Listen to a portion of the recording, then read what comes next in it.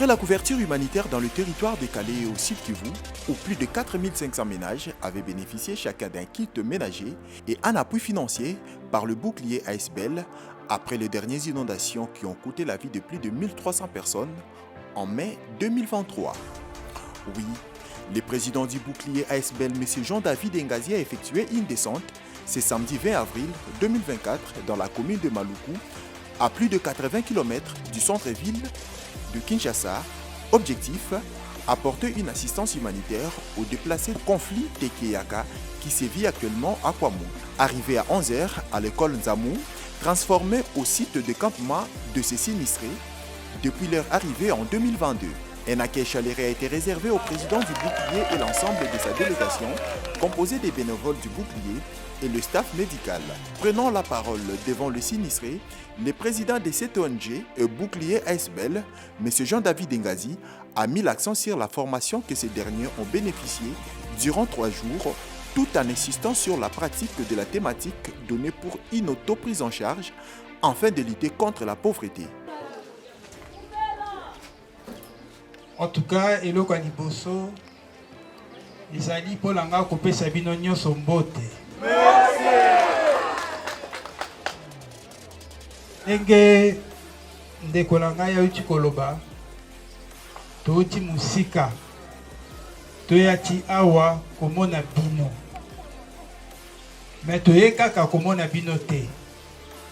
Mais toye tokabola na bino pasi oyo bino bozali komona.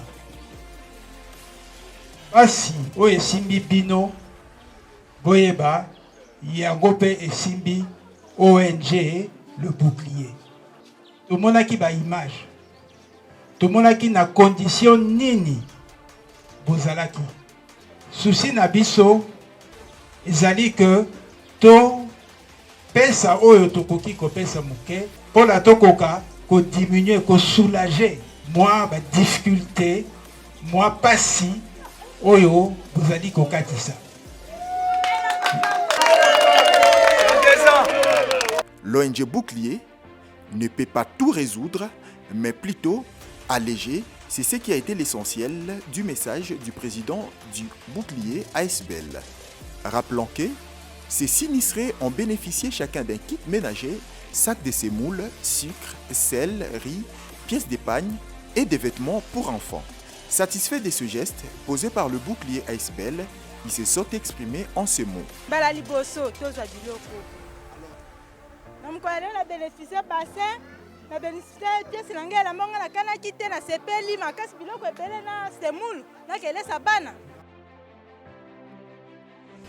Awa na beti na sali ata ba 2 ans na mona na nutende première fois yango papa biloko oyo nazangaki yango nazangaki biloko nazwe kosunganga makasi libiso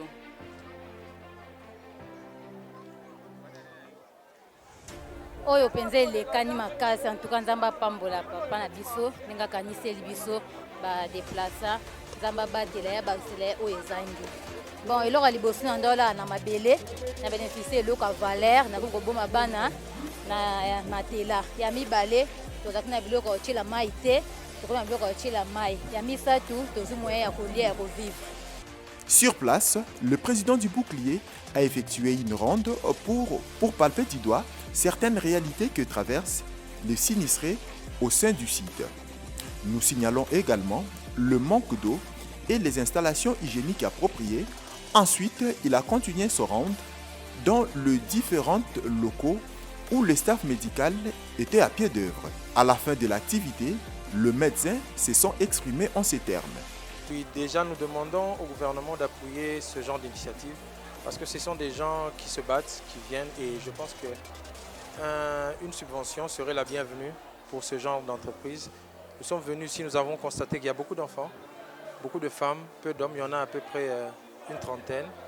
Et tous les enfants que nous avons consultés qui sont passés par le TDR, les tests de paludisme direct, sont positifs. Or, quand le TDR est déjà positif, ça veut dire qu'on a un paludisme à une forte parasitémie. Donc, Ndebolobara, malaria D 3+.